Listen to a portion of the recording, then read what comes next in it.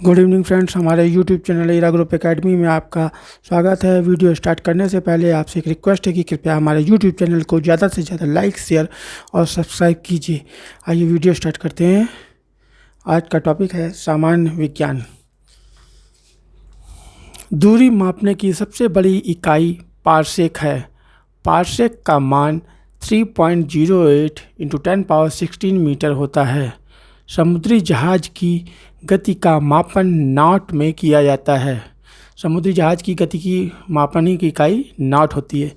वायुमंडल में उपस्थित ओजोन परत की मोटाई डॉप्सन में मापी जाती है। एक डॉप्सन इकाई 2.69 × 10⁻20 ओजोन अणु प्रति वर्ग मीटर होता है।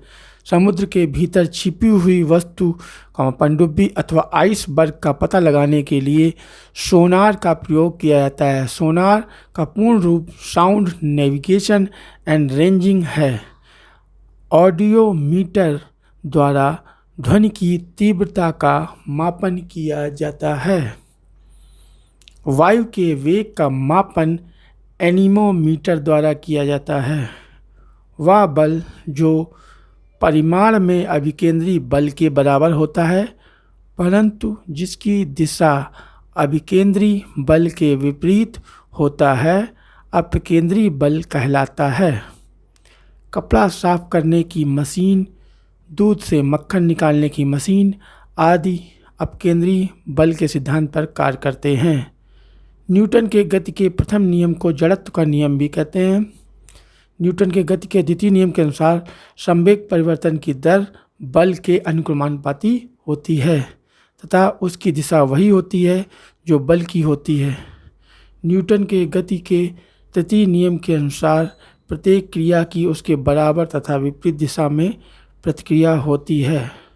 न्यूटन के गति के तृतीय नियम के दैनिक जीवन में अनेक उदाहरण मिलते हैं, जैसे बंदूक से गोली छोड़ने पर पीछे की ओर झटका लगना, चंद्रमा के गुरुत्वाकर्षण का मान पृथ्वी के गुरुत्वाकर्षण g के मान का 1/6वां भाग होता है।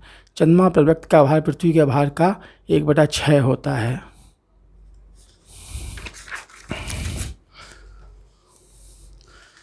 गुरुत्वाकर्षण का मान भूमध्य रेखा पर सबसे कम एवं ध्रुवों पर सबसे अधिक होता है। किसी सरल लोलक का आवर्तकाल उसकी लंबाई पर निर्भर करता है। t = 2π√L/g।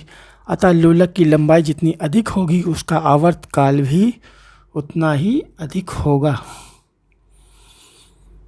गर्मियों में लोलक की लंबाई बढ़ने के कारण उसका आवर्तकाल भी बढ़ जाता है। परिणाम स्वरूप लोलक वाली घड़ियां गर्मियों में सुस्त हो जाती हैं।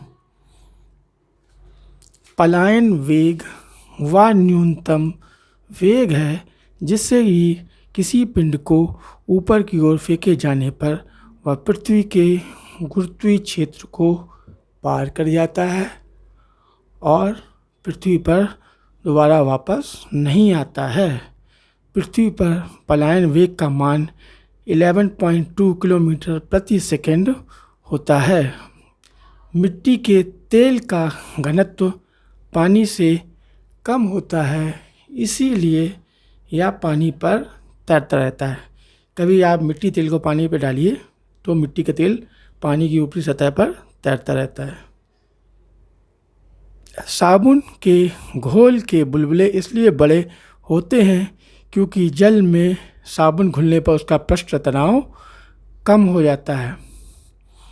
हमारे दैनिक जीवन में किसकत्व के अनेक उदाहरण देखने को मिलते हैं, जैसे सोखते द्वारा स्याही को सोखना, भूमिगत जल का ऊपर चढ़ना, सूती कपड़े पर जल की बूंद का फैलना इत्यादि।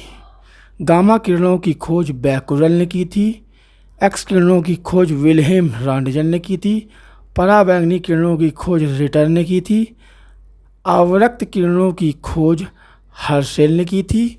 वह रेडियो तरंगों की खोज मार्कोनी ने की थी। ध्वनि तरंगों के संचरण के लिए किसी भी माध्यम की अति आवश्यकता होती है। ध्वनि तरंगें कभी भी निर्वात में गति नहीं कर सकती हैं। माध्यम के अभाव में चंद्रमा पर ध्वनि तरंगों का संचरण नहीं होता है। यस, ध्वनि तरंगें जो है वो किसी माध्यम में ही संचरण कर सकती हैं और चंद्रमा पर वायुमंडल का अभाव है, जिसके कारण वहाँ पे ध्वनि तरंगों को संचरण के लिए माध्यम प्राप्त नहीं होता है।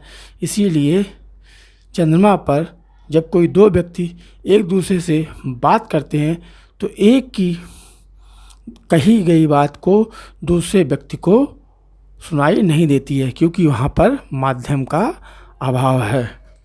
जानकारी समाप्त हुई। आपसे पुनः अनुरोध है, कृपया हमारे YouTube चैनल इरा ग्रुप एकेडमी को ज़्यादा से ज़्यादा लाइक, शेयर और सब्सक्राइब कीजिए। धन्यवाद।